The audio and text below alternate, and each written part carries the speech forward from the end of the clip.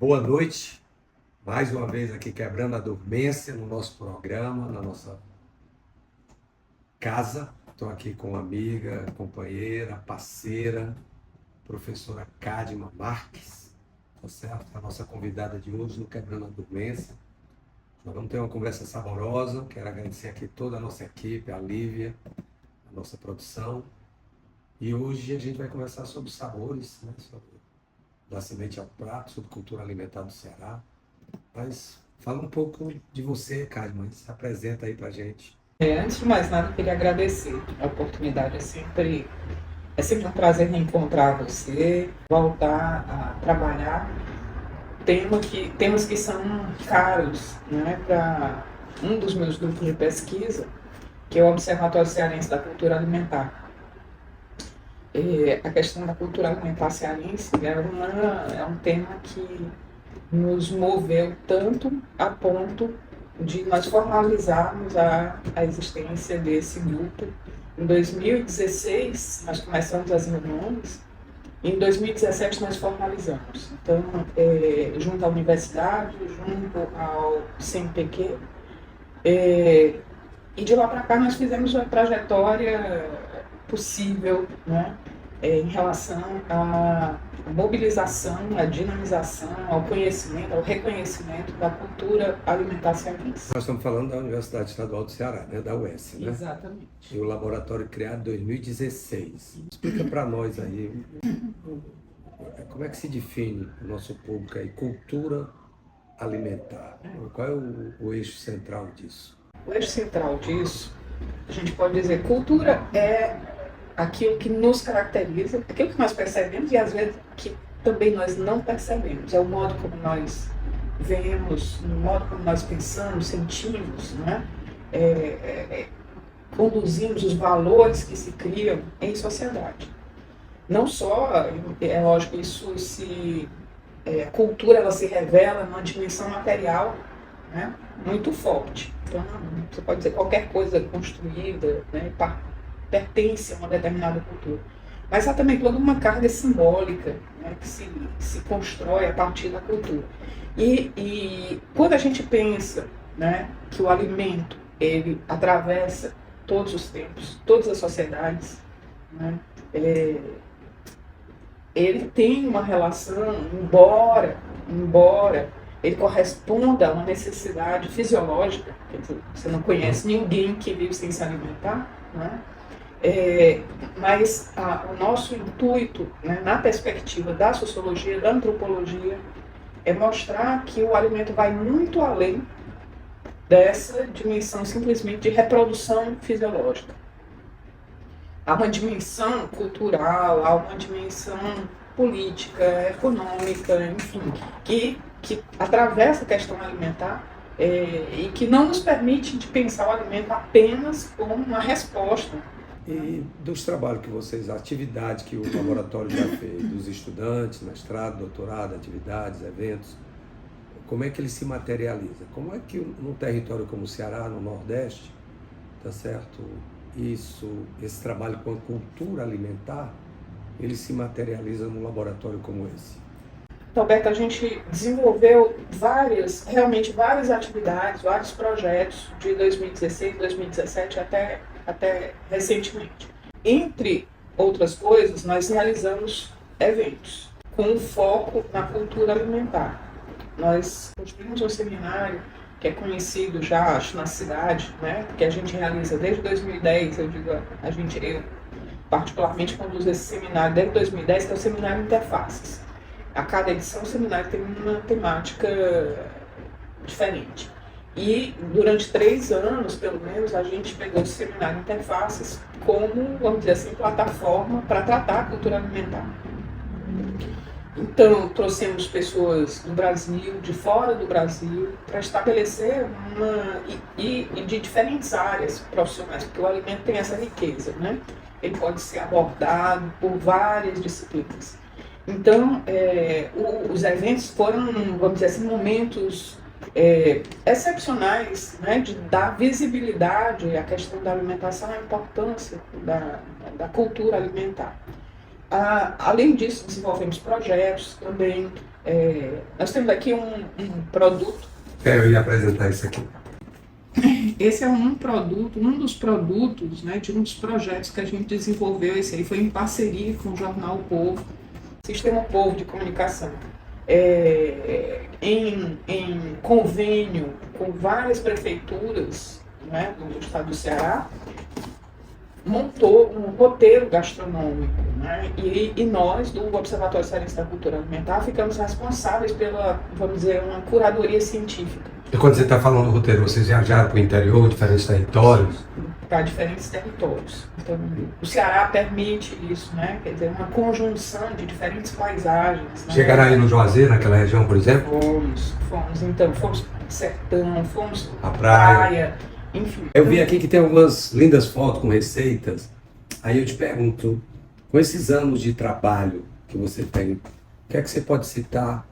Quer dizer, algum alimento, alguma receita, algum prato que é bem característica da nossa cultura alimentar no Ceará? Eu sempre coloco em evidência vamos dizer assim, pela força que teve, pela persistência que teve, uma pesquisa que inclusive nos antecedeu, que é uma pesquisa do Museu da Cultura Cearense, chamado Comida Ceará.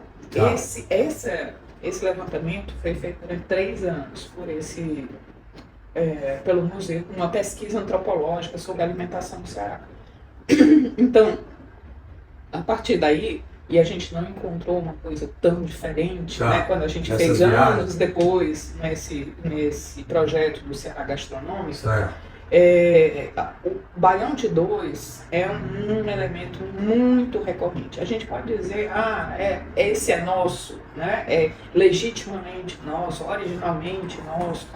Talvez não, mas pela presença no território cearense, pela inventividade nas diferentes formas de fazer. Com diferentes sabores, né? Com diferentes sabores, tem até os ingredientes. Tem agora, para mim especialmente, tem até o terrível creme de leite, né? Em alguns, né? Sim, sim. Não, que é uma visão particular minha. Não, mas eu acho que não é sua, né? Quer dizer, há aí a cultura é extremamente dinâmica. O baião de fava, né? Alguns territórios, né? Também já também tem. Baião de fava, né? Quer dizer, há diferentes formas de recriar, reinventar, reforçar a presença do baião de dois entre nós. No trabalho que eu faço, a gente tem, quer dizer, a literatura diz que nos dá mais de 50 variedades de feijões aqui pelo Nordeste. Isso.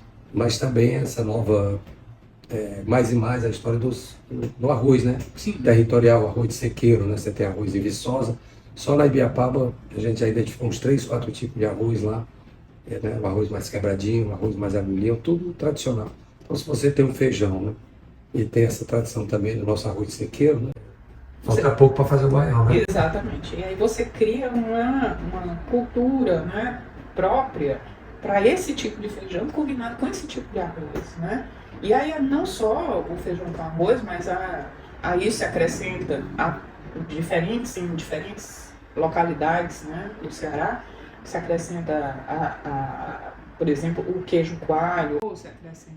O queijo coalho é muito forte, né? A presença dele. É muito forte. O Ceará recuperou sua bacia leiteira, hoje proporcionalmente nós somos per capita nós temos uma bacia leiteira maior do que a Bahia. Sim. Nos últimos 10, 15 anos se recuperou. Você tem a rota do leite aqui no estado, que é um programa federal, estadual, com as indústrias de leite, com o agricultor familiar. E, inclusive tem uma empresa local hoje que na sua embalagem ela só tem leite do Nordeste. Né? Ela chegou a esse nível porque a bacia leiteira estava em crise. Né? Então é um elemento interessante. Mas eu tinha uma pergunta para ti. Essa mudança, há muita crítica em relação à história da cultura alimentar, né? Uhum. Você tem hoje os hábitos, na minha época você não tinha tilápia na quantidade que tem hoje, né? Sim. E ela se espalhou. Como é que você vê isso? O churrasquinho também, apesar das nossas charqueadas, né? Que já foi também uma grande, nossa carne de sol, né? Chamada. Uhum. A gente chegou a exportar carne, né? No Ceará. Como é que você vê essa mudança? É bom, é ruim, ou é tudo de bom, é tudo de ruim? Essa de mudança de hábito do cearense, de além do baião de dois, até salmão anda comendo hoje. Uhum. O que é que você acha disso? É difícil a gente falar assim, é bom, é ruim, né? A primeira coisa é detectar as mudanças que acontecem e mapear isso, tentar entender como é que elas acontecem, por que elas acontecem, qual o impacto delas, né? Eu sempre, e aí isso foi uma coisa que nos mobilizou no observatório, quando a gente fala em dinamizar a cultura alimentar cearense, é dizer, colocar em evidência, fazer com que a gente conheça aquilo que a gente deixou e perceba que a gente deixou de valorizar determinadas coisas e passou a valorizar outras, né, no âmbito da nossa cultura alimentar. Quanto mais esclarecido, vamos dizer assim, quanto mais presente a gente tiver o passado que estruturou, que contribuiu, que constituiu o nosso percurso alimentar, mais, vamos dizer assim, mais coerentes serão as mudanças. Essa cultura alimentar ela se fortalece, ela se torna menos permeável a qualquer interesse estranho a ela. Você falou do creme de leite. Exato. Né? Que de repente atravessa, inclusive, vai de 2. Feijão verde, né? Que às vezes é mais creme de leite do que o próprio feijão verde. Né? No meu trabalho, eu estive lá em Aratuba, lá tem um território indígena, e tem uma escola indígena que já tem mais de 20 anos. Sim. E eu perguntei qual era, na preparação, né, do nosso festival de gastronomia orgânica, que você ajudou, e perguntei qual era a merenda, qual a alimentação que os estudantes gostavam mais. E era o mexido. O mexido, lá para eles, era uma mistura do feijão com cuscuz. E um feijão, inclusive, sem nenhuma proteína animal, que é o alimento que os americanos têm uma forma de fazer, uma receita. E aí aparece o cuscuz também, né? Sim. Como uma variedade. A tapioca estaria incluso nisso, com tudo tipo que é tapioca hoje, até tapioca doce. Sim, sim. Então você tem da tapioca tradicional, correto, né? Aquela tapioca grossa e que puxa mais para o lado do beiju. Exato. Né? Até a tapioca fina que recebe diferentes tipos de recheio. Então hoje você encontra nesse tipo de tapioca que foi muito valorizada, né, nos últimos anos, como uma forma, uma moeda de troca, eu acho, né, com o fenômeno do turismo gastronômico. Exato. Então, para atender vamos dizer assim, a flexibilidade do gosto de um público que chegava para nós, né, e que não estava habituado àquele tipo de tapioca feita de forma grossa, mais ligada, com coco, feita em forno a lenha. Tá. Foi se desenvolvendo esse trabalho, essa valorização da tapioca fina, com diferentes tipos de recheio. Então, hoje faz parte do nosso dia a dia. Os hotéis, né? Eu estava me lembrando, estava falando com um parente ontem, no período da ditadura militar, nós vamos ter um programa ainda sobre isso, de 9 a 14, né? Fiquei sem pai, sem mãe, que tiveram que sair aqui do Ceará devido à ditadura. E minha avó, pai de mãe de Tapoca, e eu vendia beiju no trem. Sim. Com água, porque o trem passava por Sobral, né, do Piauí, e a gente ia vender lá beiju, né? E nas viagens que eu faço de campo ainda tem o beiju, né? Você nessa caminhada, você tem discutido também essa história do alimento e a saúde, né? Que aquela história da saúde planetária, né, do alimento, a interface nisso. Como é que as pesquisas, como é que vocês têm visto isso? A história está muito atual, né, hoje, essa história do alimento e a nutrição, o alimento, a questão ambiental, ou o laboratório não aborda isso, essa interface da questão ambiental? Eu costumo pensar 2 momentos do observatório, né? Um primeiro momento da sua criação até 2019, mais ou menos, quando a gente colocava em evidência, sobretudo, essa relação da comida com o seu passado, né? Muitas referências alimentares que tinham desaparecido e que tinham feito parte, tinham caracterizado a nossa forma específica, né? A nossa relação com o território cearense, e que eram, vamos dizer assim, produtos, vamos dizer, que vai do jambo a, sei lá, a tantas outras formas de apropriação dessa alimentação, de construir esse repertório alimentar, né? até mais ou menos 2019 em diante, quando nós nos aproximamos, né, e há um diálogo muito fecundo entre o Observatório e a Fundação CEPEM. Então, a partir daí, há um encaminhamento em que essa conscientização, essa retomada da trajetória histórica feita, né, de constituição do nosso repertório alimentar, também tem uma preocupação e um engajamento da relação do alimento com a saúde, e a saúde não só dos indivíduos neles mesmos, né, mas dos indivíduos em relação com o seu meio ambiente. Então, o alimento, ele dá vamos dizer assim, nos dá essa possibilidade de pensar, né? Na verdade, é uma chave muito interessante para entender as mudanças pelas quais o planeta tem passado, Exato. pelas quais as sociedades têm passado, mas também é uma chave muito interessante, necessária mesmo, de mudança de hábitos, de mudança de recuperação, naquilo que for possível, né, da nossa relação com esse meio ambiente. Diz uma coisa, como é que é trabalhar essa história da cultura alimentar em territórios que nós temos muita fome ainda? Como é que é isso? Isso é uma contradição? Faz parte desse processo também? A gente lembra um pouco do Josué de Castro, né? Sim. Nos territórios tanto urbanos como rurais, né? Nós temos muita fome, né? Como é que o laboratório, como é que você particularmente vê isso, esse desafio? Eu lembro sempre daquele episódio em São Paulo com o Dória, quando o Dória tentou emplacar, o ex-governador tentou emplacar uma forma de alimento distribuído nas escolas, que era um alimento granulado cinza. E questionado em relação a isso, ele dizia: o pobre não tem culpa. O pobre tem fome e não cultura alimentar, né? É um bom termo, né? E nós tomamos, vamos dizer assim, uma posição de que justamente essa experiência fracassou quando o Dória tentou emplacar, o ex-governador tentou emplacar uma forma de alimento distribuído nas escolas que era um alimento granulado cinza. E questionado em relação a isso, ele dizia: o pobre não tem culpa, o pobre tem fome e não cultura alimentar, né? É um bom termo, né? E nós tomamos, vamos dizer assim, uma posição de que justamente essa experiência fracassou. Exato. Porque não é verdadeiro, não é verdadeiro. É uma mentira, há um investimento simbólico sempre no alimento, né?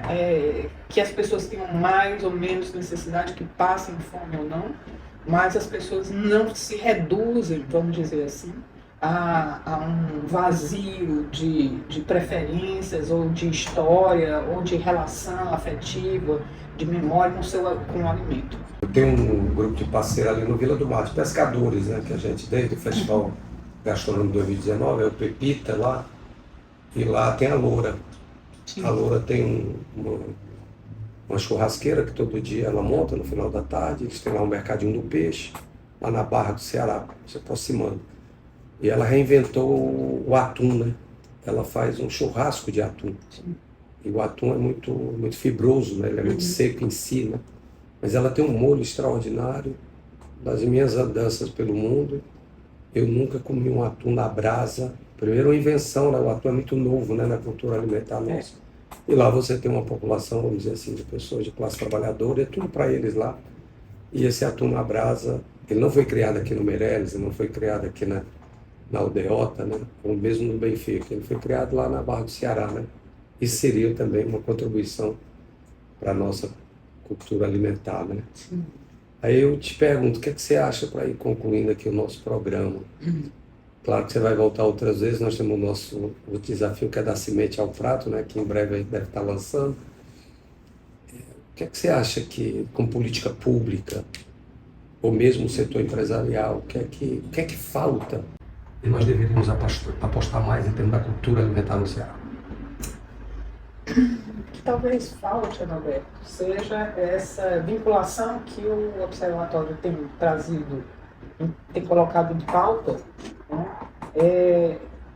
É que, primeiro, o fortalecimento da cultura alimentar vai possibilitar uma base, vamos dizer assim, sólida para um tipo de desenvolvimento, né? Um desenvolvimento que tem uma relação, vamos dizer assim, como eu falei, muito mais coerente com a trajetória que nós fizemos historicamente, né? Nos tornando menos permeáveis para essas interferências, vamos dizer assim, externas. Que é aquela crítica que as escolas, por exemplo, comem muito alimento processado. Exatamente. Né? Nas universidades mudou um pouco isso, né? Eu estive na UES com você, lá visitando o nosso restaurante, aí você já vê a presença de... Porque tem muita gente com alergia também desenvolvendo, né? Uma série de intolerâncias, né? Então, mas as escolas de segundo grau e de primeiro grau, isso ainda é um desafio enorme, né? Agora a UES, que você mencionou, né, faz todo um esforço em relação à agricultura familiar, Exato. por exemplo. Né? Então, consumir produtos do agricultor, do pequeno agricultor, né, é uma forma, então, e já reflete uma política voltada para justamente valorizar alguma coisa, refazer, encurtar o ciclo econômico, né? E fortalecer aqueles que produzem. Porque um dos grandes problemas, né, não é só o que a gente não saber o que nós consumíamos ao longo do tempo, né? Mas hoje, muitas vezes a gente não sabe, mesmo nas nossas mãos, a gente não sabe o que a gente está consumindo. Exato. Né? A gente não dá conta Há um disso. distanciamento, né? Isso aumentou essa Exatamente. distância. Tem um americano fabuloso, né? Ele foi jornalista, virou antropólogo, depois virou cozinheiro. E ele disse, você pega um alimento no supermercado, se tiver mais de 3 ingredientes, não é alimento. Porque você pega, né, o alimento, além de ser pequenininho, você tem uma quantidade de coisa, não pode ser alimento, né? Então isso é uma questão...